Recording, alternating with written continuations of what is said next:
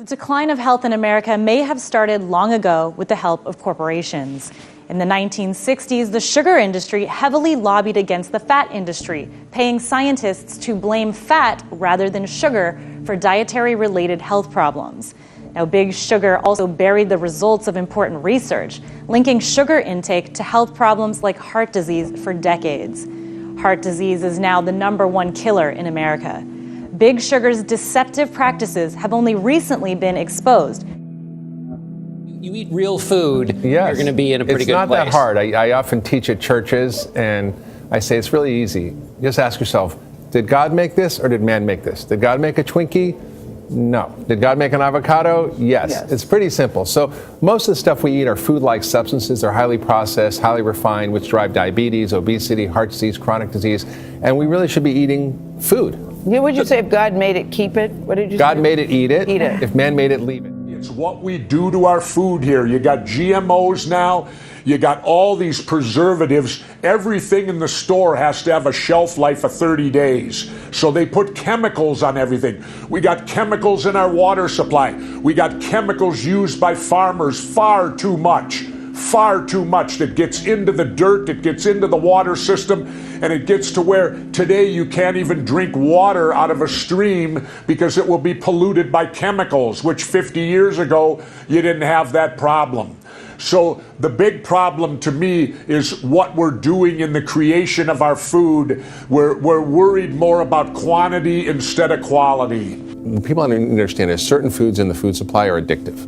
So sugar mainly and processed foods are designed to be addictive. You know, I met with top leaders in the food industry, and they explained to me how they have taste institutes where they hire craving experts to create the bliss point of food and heavy users. I mean, these are their internal terminology about creating addictive foods, and they harvest taste buds and put them in the lab, and then they test different things against them to create the most pleasurable experience. And we know biologically that it affects your brain like cocaine or heroin or alcohol, and that we can map that out.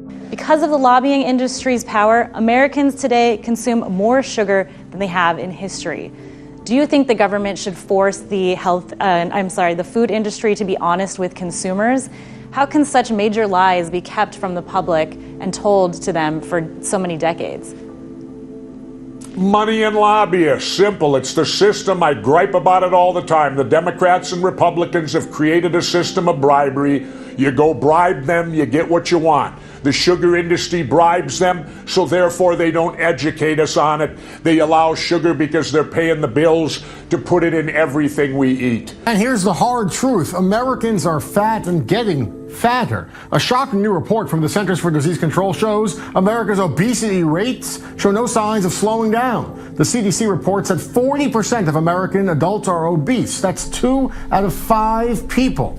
Enough of this stuff. You know, one day I was at Sirius Radio, and I was sitting in the green room. There were about a dozen of us sitting in there. I was the only person in that room not looking at a cell phone or playing with one. You know, technology's wonderful, but you still gotta do things. You gotta walk, you gotta exercise. Take care of your body. It's the only house you have to live in on this planet, truly. It isn't the house over your head, it's the house you live in, your own body. Take care of it like you would your house at home. We're living in a time where we have access to so much information, almost too much information. When I saw that thing about medicine, food being a medicine in your book, I thought it made me think about what medical students are learning about food. Nothing. What are they learning? Nothing. I mean, 25% of schools have the required amount of nutrition education in medical school.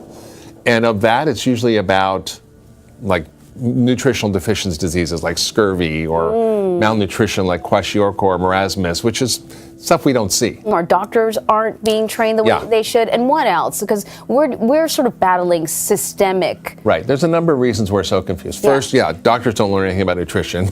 2, the food industry funds a lot of research. Right. So if the food industry funds a study, it's 8 to 50 times more likely to show a benefit for that product. The Dairy Council funds a study on milk, guess what? It's a health food. If the soda industry funds a study on soda and obesity, guess what? There's no link.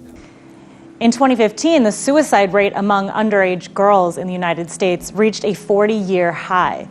Has life in this country really become so miserable? What do you think is causing this? Is it bullying, body image problems, social media? Why women?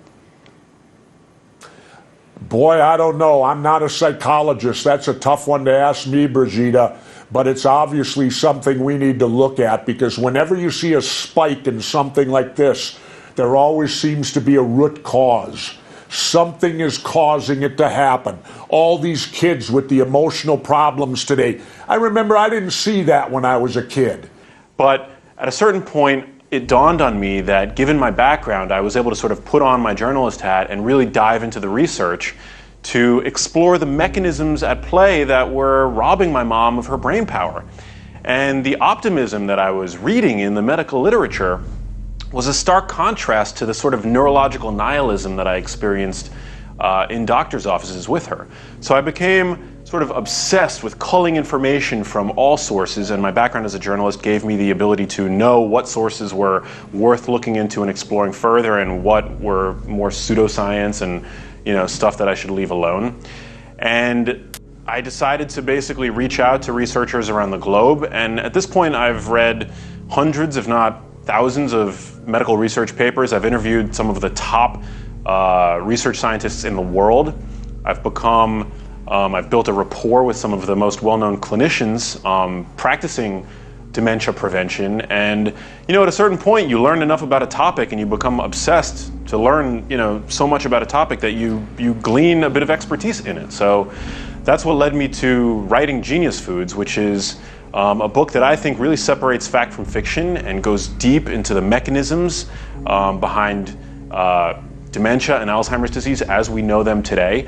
But it's also a book about optimizing the way that your brain works in the here and now, because something that very few people realize is that the same things that you can do that'll minimize your risk for some of these awful diseases that we're talking about actually also make your brain work better so that you can feel happier, have more energy. This is incredible, and it's something that very few people know about. Life expectancy in America has declined for the second year in a row, with more Americans dying early. Now, if you look at the statistics, the numbers don't seem all that dramatic, with a decline of just 0.1 year.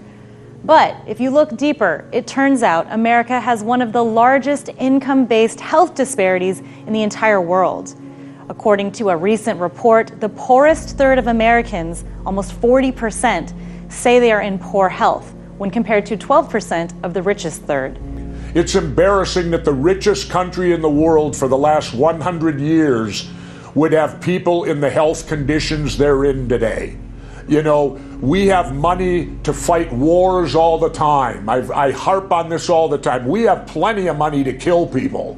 We have plenty of money we spend on billions on new aircraft carriers named after Gerald Ford. Meaningless crap that floats out in the ocean today. And yet we have people in our own country with bad nutrition, bad health care, and I think part of it comes down to, in the United States, the use of preservatives here, our food.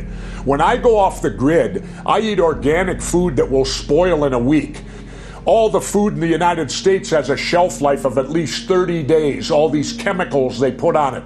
Well, to me, that's the answer. It's what we're doing with these GMOs and these chemicals has to be part of the reason why our health care is beginning to fade. It's a well-known fact that America is one of the most obese nations in the world, as you said, and the problem is only getting worse. Now, according to the most recent reporting, 40% of American adults are obese. That's nearly half of all adults, Governor. And children aren't faring any better. Almost 20% of our nation's children suffer from excessive weight. That's too much.